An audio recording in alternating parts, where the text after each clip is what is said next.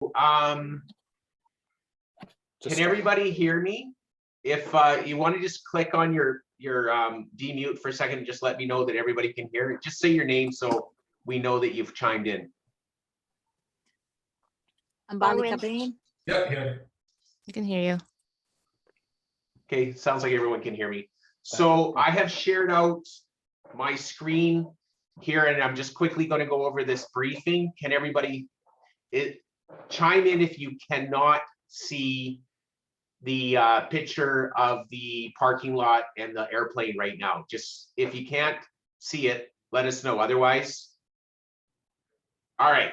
So purpose of tonight's briefing is to be brief.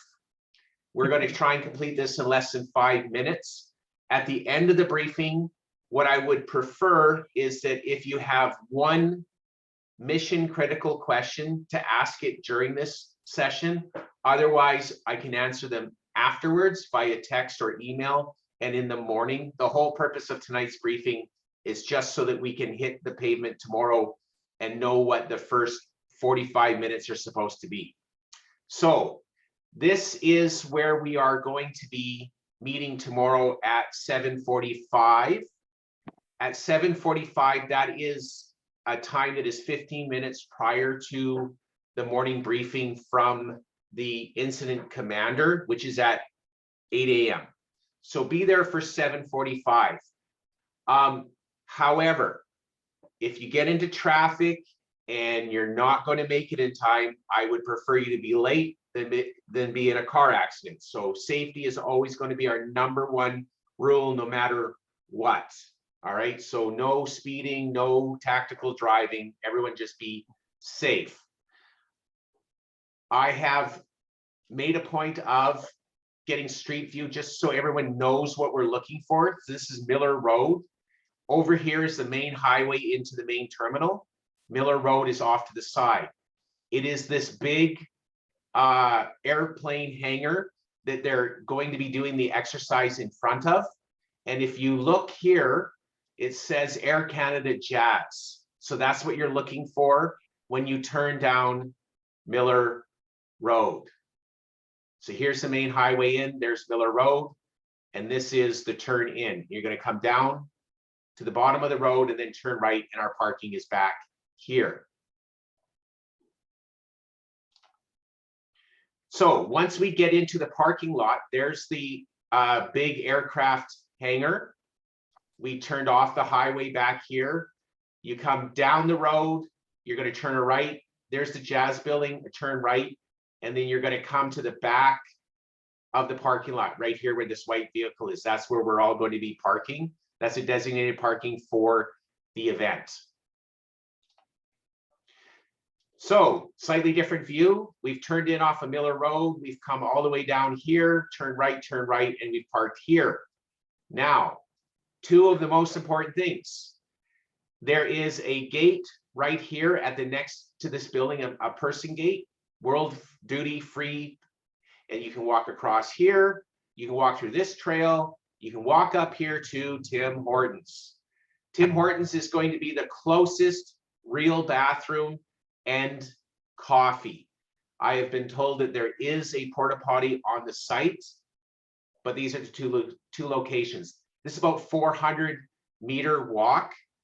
The hazards are getting mowed down by somebody driving here erratically. So if you do decide to walk to Tim Hortons, be careful, look both ways before you cross the road, wear your high-vis jacket at all times, and you walk through here, and then this is a loading bay. So this is a place where you really have to pay attention to people backing up. Tomorrow, this is the weather for YVR. We are going to be arriving just before 8, it's 14 degrees. There is going to be a bit of a wind tomorrow. The absolute peak of the day is 18 degrees, but it's going to feel a couple of degrees colder than the actual temperature. Plus, if you're not used to it, you're out close to the sea, so it feels colder already.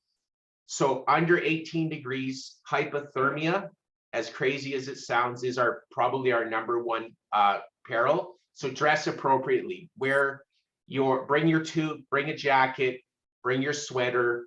And if you aren't feeling well, I'll keep an eye on everybody, but look after yourselves. Cold is going to be the issue tomorrow. So the roster here, what I've done is I've broken us up into 2 teams, and everyone has access to this. And then Nick and I are going to be a resource for everybody. So Nick and I are both from the Nanaimo branch. Nick and I have experience outside the St. John ambulance umbrella when it comes to first aid and safety management. So we're there as a resource to help you guys do your jobs, but we're not there to steal anything from you guys. So when it comes to dealing with patients, skin, knees, that kind of stuff, you guys will be the ones who deal with it. And you'll split yourselves up to do paperwork and do the actual clinical part. And you guys can decide that amongst yourselves. The hope is to all have radios so that the teams can stay in contact. There is going to be an event radio, and I'm going to have one of us hold it. And that will be so we can hear what's being coordinated on the event. Because I'm anal, I actually found a picture that shows the bathroom in the Tim Hortons. So you walk through the front door here, and it's going to be past the booth here, and there it is. So you've seen it, or we've already gone over that. If you are interested, feel free to download or go to Flight Tracker 24, and you can see what's arriving and departing. There doesn't seem to be anything that's super, super heavy and super loud. So it's going to be a normal day at the airport with a normal amount of movements, but it is going to be loud. So bring some form of hearing protection, ideally earmuffs and or earplugs. All right. Now, the warning order. So we'll just go over the timings here. So 7:45 is the time that you want to be arriving. You don't need to be there at 7. You don't need to be there at 7:30. 7:45 is when you want to be there. The main exercise briefing is at 8. We'll be checking in just before that, and they're going to give us a briefing. And then we're going to be departing to the staging area at 8:45. There will be lunch provided, but if you are a diabetic, assume no food. Assume that there won't be any food and look after yourself. So if you're a diabetic, bring something with the assumption that there's not going to be any food. That's your plan A. Plan B is that there is food. If you have allergies and they're life-threatening, assume everything that they are providing to us has the specific food that you're allergic to. So bring your EpiPen, bring Benadryl, and ideally alert Nick or I, especially your team, that you have a food allergy, so we know what to worry about if we start to see respiratory distress. I'm going to talk about the ambulance being picked up after Ambulika because Ryan isn't here and he's an integral part of it. I still don't see him here yet. The ambulance is going to be arriving at about 7:45, about the same time that we all are arriving. And at that stage, we'll figure out a game plan on the ground.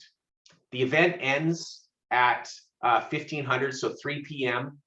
And what I did was I gave ourselves an hour to clean our stuff up, repackage our bags, clean up the ambulance, wipe it all down, put all of the awnings and that kind of stuff away. So we should be out of there by 4 p.m.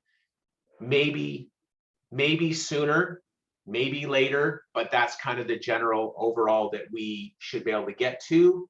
I've asked YVR what their mask policy is, and there is no mask requirement on YVR property. It's at your discretion whether or not you want to wear a mask, unless you're hands-on with a patient, and then SJA's policy is still masks for COVID protocols. Did I miss anything on that one, Nick? Under clothing, ambulance location, radios. We should have 4 radios tomorrow. We'll disseminate them. Photos. Everybody should be trying to take photos and or a few videos. We're going to accumulate them all at the end of the day and try and put together a presentation for Emergency Management St. John Ambulance, which is a new organization that has federal funding coming. And that covers everything. Is there any mission critical questions that someone has that can't be addressed outside the meeting?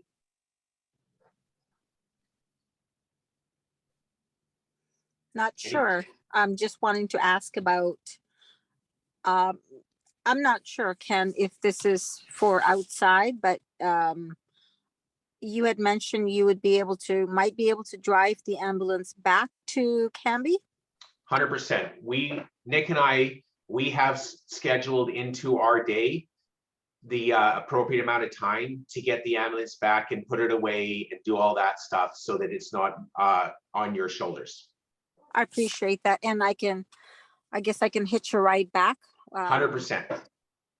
Okay, yeah, sorry, I'm just the traffic, and I will be there earlier than 7:45. That's just for my peace of mind. Yeah.